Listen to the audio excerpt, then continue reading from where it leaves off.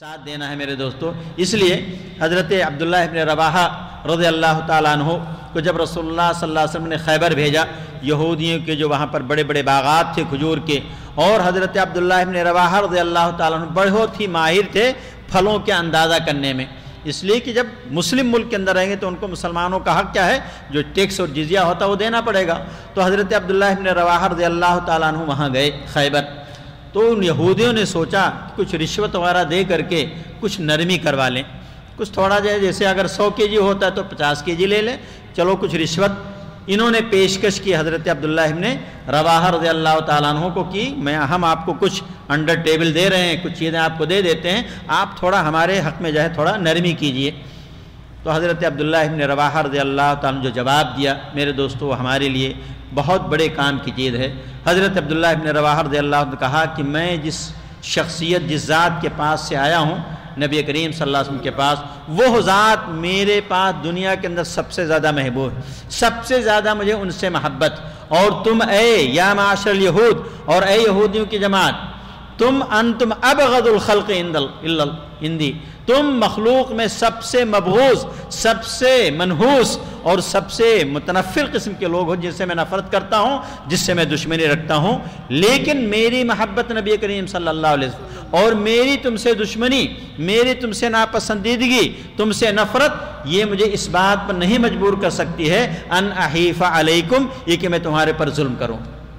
یہ تم رشوت کی مجھے پیشکش کر رہے ہو، یہ چیز مجھے محبت رسول صلی اللہ علیہ وسلم کا تقاضا یہ اب نہیں ہے کہ میں تمہارے پر ظلم کر بیٹھ، یا تم سے نفرت ہے مجھے اس لیے میں تمہارے پر ظلم کروں. نہیں، یہ دونوں چیزیں، نہ تو کسی کی محبت اس عدل و انصاف کے اندر کام آ سکتی ہے، روڑے آڑے آ سکتی ہے، اور نہ پھر کسی سے نفرت اور کسی کی دشمنی انصاف کے معاملے میں، انصاف کے میدان میں روڑے آ سکتی. نہیں، ایسا نہیں ہو سکتا ہے. یہودیوں نے جب سنا تو انہوں نے کہا یہی وہ چیز ہے جس کی بنیاد پر آسمان و زمین قائم ہے، یہی وہ چیز ہے جس کی بنیاد پر آسمان و زمین قائم ہے. اور اس کے بعد انہوں نے خوشی سے کہا کہ ٹھیک ہے، جو تمہارا حق ہوتا ہے لے لو تم، ہم اس سے ہٹنے والے نہیں. یہ نبی کریم صلی اللہ علیہ وسلم کے صحابہ کرام، جنہوں نے نبی کریم صلی اللہ علیہ وسلم کی محبت کی خاطر، نہیں چلو اس سے اسلام کا بڑا ہو جائے گا، ظلم کرو ان کے اوپر، نہیں، رسول اللہ کی محبت اور یہودیوں سے دشمنی، یہ ان کے عدل و انصاف کے راستے میں حائل نہیں ہو سکتی تھی. اسی طرح سے آج میرے دوستو ہمیں بھی اس سلسلے میں ہمیں غور کرنا چاہیے. اور فیصلے نبی کریم صلی اللہ علیہ وسلم کے زمانے میں، جب آپ جانتے فتح مکہ کے موقع پر ایک مخزومیہ عورت نے چوری کر لیا اور پکڑی گئی، اور قاعدے قانون کی طرف اس کا ہاتھ کاٹا جانا تھا.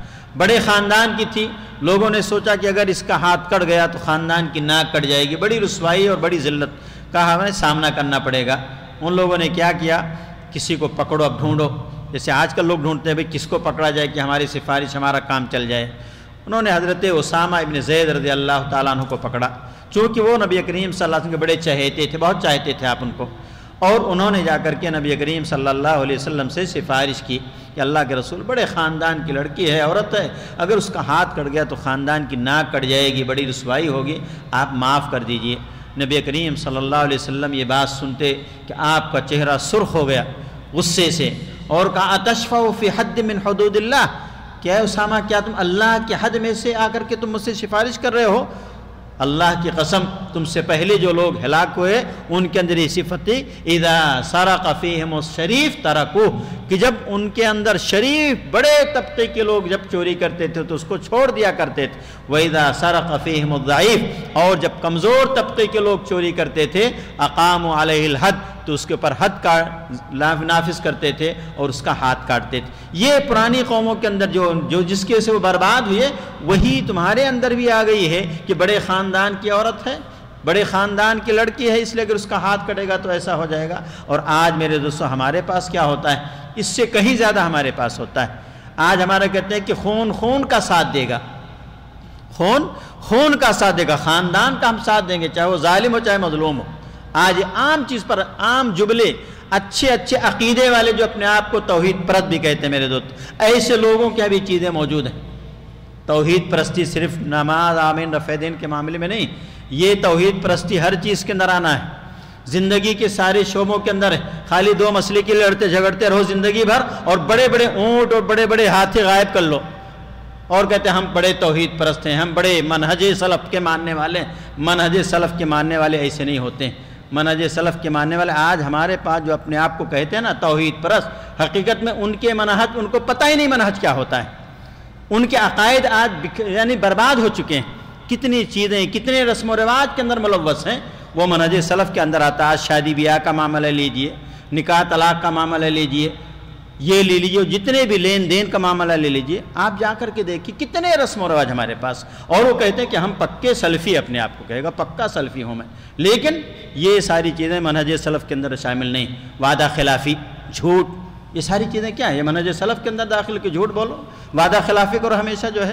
تو بہت ساری چیزیں میرے دوستوں، کہنے کا مطلب ہے کہ یہ حضرت اسامہ بن زید رضی اللہ عنہ جب سفارش کی تو نبی کریم صلی اللہ علیہ وسلم غضبناک ہو گئے۔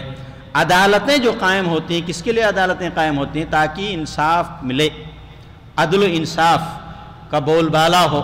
یہ جو میزان ترازو جو عدالتوں کا مونوگرام ہوتا ہے، لوگو جو ہوتا ہے، اس کا مطلب کیا ہوتا ہے؟ کہ یہاں پر انصاف ملے گا، ترازو کے اندر رکھ کر کے تولا جائے گا، کون ظالم ہے کون مظلوم ہے۔ خاندان نہیں دیکھا جائے گا، اپنے آپ کو نہیں دیکھا جائے گا، رشتہ داروں کو نہیں دیکھا جائے گا، دوستوں کو نہیں دیکھا جائے گا، اپنے تعلقات کے لوگوں کو نہیں دیکھا جائے گا۔ آج اسلام کا جو قانون اگر ہے، جو کچھ اس کے مناظر اور مظاہر ہمیں سعودیہ کے اندر نظر آتے ہیں میرے دوستو، یہ امن و امان لاتا ہے۔ جس ملک کے اندر عدل و انصاف ہوتا ہے، وہاں پر عدل و امن و امان ہوتا ہے، وہاں پر لوگوں کے دلوں کے اندر ہمدردی ہوتی ہے، لوگ یہ اطمینان کے ساتھ سوتے ہیں کہ ہمارا کوئی چوری ڈاکہ کا خوف نہیں، کوئی ہمیں قتل نہیں کر دے گا ناحق جو